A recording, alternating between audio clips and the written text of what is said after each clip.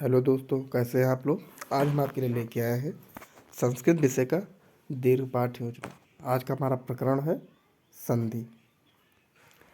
ये संस्कृत का पहला वीडियो है। जो टॉपिक है, प्रकरण है संधि।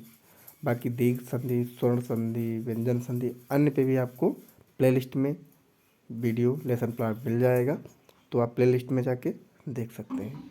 ये आप हिंदी में भी संधि को आप बना सकते हैं। तो ये दोनों विषय के लिए कॉमन टॉपिक है। तो चलिए हम स्टार्ट करते हैं। एक बार हम आपको पूरा लेसन प्लान दिखा दें, उसके बाद हम स्टेप बाय स्टेप आपको बताते हैं। ये पहला पेज, दूसरा पेज है, तीसरा पेज, चौथा पेज है। तो चलिए स्टार्ट करते हैं। आप लोग वीडियो देखने के बाद अगर आप लोगों को हमारा लेसन प्लान यूजफुल लगेगा, सही लगेगा, तो आप लोग सब्सक्राइब ज़रूर कर लीजिएगा।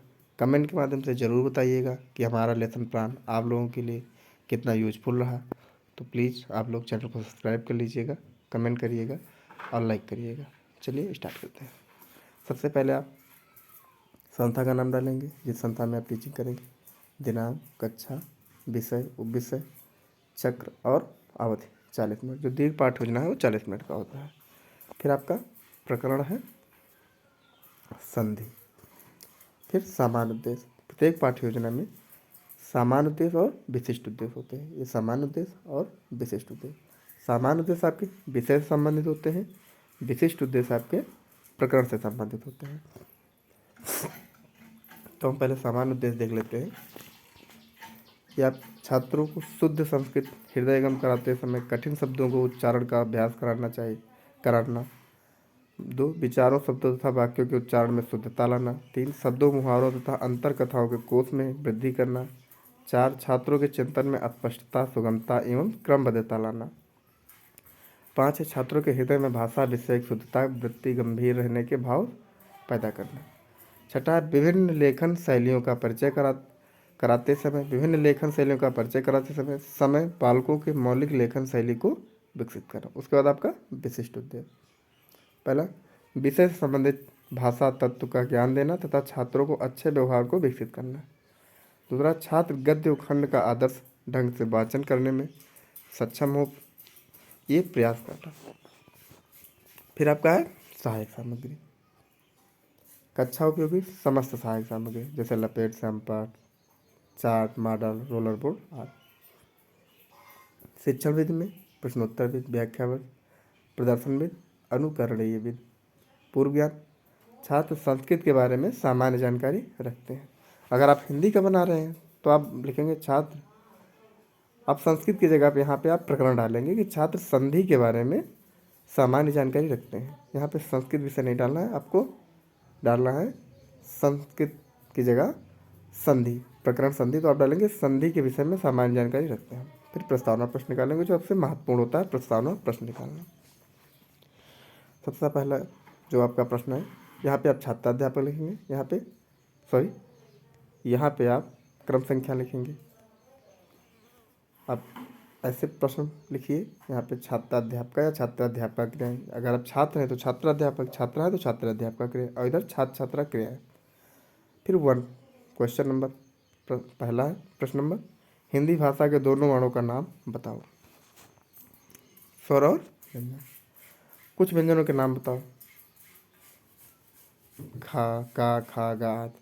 का वर्ण किन 2 वर्णों से मिलकर बना है? का और आ। का और आ को जोड़कर का लिखने को क्या कहते हैं? संधि। संधि के बारे में आप और सब क्या जानते हैं, आपका समस्यात्मक हो जाएगा आपका। फिर आप उद्देश्य कथन बोल रहे हैं, छात्रों आज सब मिलकर संधि के बारे में विस्तृत अध्ययन करेंगे। फिर अनुवृत्ति प्रथम, ये अनुवृत्ति प्रथम में है संधि की परिभाषा। यहाँ पे छात्र छात्रा क्रिया लिखेंगे, इसमें लिखेंगे छात्र छात्रा ध्यानपूर्वक सुनेंगे। तो ये आप लिख लीजिए।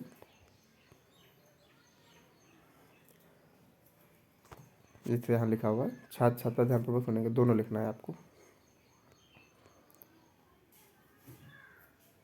संधि के प्रकार, स्वर संध, व्यंजन संध और विसर्ग संध। फिर आप बोध प्रश्न करेंगे। प्रत्येक प्रस्तुतिकरण के बाद आपको बोध प्रश्न करना है। यहाँ पे छात्राध्यापक क्रिया, छात्र छात्रा क्रिया। 2 वर्णों के मेल से जो विकार उत्पन्न होता है उसे क्या कहते हैं? संधि। संधि के कितने प्रकार हैं? 3। स्वर संधि किसे कहते हैं? आपका समस्यात्मक हो जाएगा। फिर अनुबंध द्वितीय आपका शिक्षण बंध, छात्राध्यापक क्रिया है, छात्राध्यापक का क्रिया, छात्र हैं तो छात्राध्यापक, छात्रा है तो छात्राध्यापक का क्रिया, छात्र छात्रा क्रिया। स्वर संधि, दो स्वरों के मेल से होने वाले विकार को स्वर संधि कहते हैं। उदाहरण मुनि धन ईस मुनीस। व्यंजन संधि, किसी व्यंजन का व्यंजन स्वर से मेल होने पर जो विकार होता है उसे व्यंजन संधि कहते हैं। उदाहरण दिग्धन गज, दिग्गज। विसर्ग संधि, विसर्ग के बाद स्वर या व्यंजन आने पर विसर्ग में जो विकार उत्पन्न होता है उसे विसर्ग संधि कहते हैं। उदाहरण निधन च निश्चय। फिर निरीक्षण कार्य करेंगे। छात्राध्यापक का छात्र कक्षा में घूम घूम कर निरीक्षण करेंगे या करेगा। छात्राध्यापक तो करेगा, छात्राध्यापक है तो करेंगे। उसके बाद पुनरावृत्ति पर छात्राध्यापक क्रिया जो भी आप छात्र छात्रा क्रिया दोनों लिखना है। पहला है संधि के कितने प्रकार होते हैं? 3। दो स्वरों के मिलने से जो विकार उत्पन्न होता है उसे क्या कहते हैं? संधि। मूलधन ईस में कौन सी संधि है? स्वर संधि। आप इसमें जो पुनरावृत्ति प्रश्न है इसमें से कम 4 से 5 प्रश्न करिए। कम से कम 5 प्रश्न करें, ज़्यादा सही रहेगा। फिर आप ग्राहकार, छात्राध्यापक का संधि के शब्दों को बनाकर तथा परिभाषा याद करके लाने को आदेश देगा या देगी। फिर समालोचना लिख के आपको छोड़ देना है। जब आप टीचिंग करेंगे तो जो वहाँ स्कूल के हेड प्रिंसिपल टीचर जो भी होंगे वो आपकी इस पर कमेंट करेंगे, जैसा आपने पढ़ाया है कि हाँ हमने प्रस्तुतिकरण बहुत अच्छा किया, छात्र रुचि ले रहे हैं नहीं ले रहे हैं, आपका श्यामपट्ट कार्य कैसा है इत्यादि। तो ये हमारा संस्कृत विषय का दीर्घ पाठ योजना था जिसका प्रकरण था संधि। ये कॉमन टॉपिक है, आप हिंदी में भी सेम इसको लिख सकते हैं। तो प्लीज़ आप लोग कमेंट के माध्यम से ज़रूर बताइएगा कि हमारा आज का ये लेसन आप लोगों को कैसा लगा। तो और चैनल को सब्सक्राइब कर लीजिएगा। Thank you.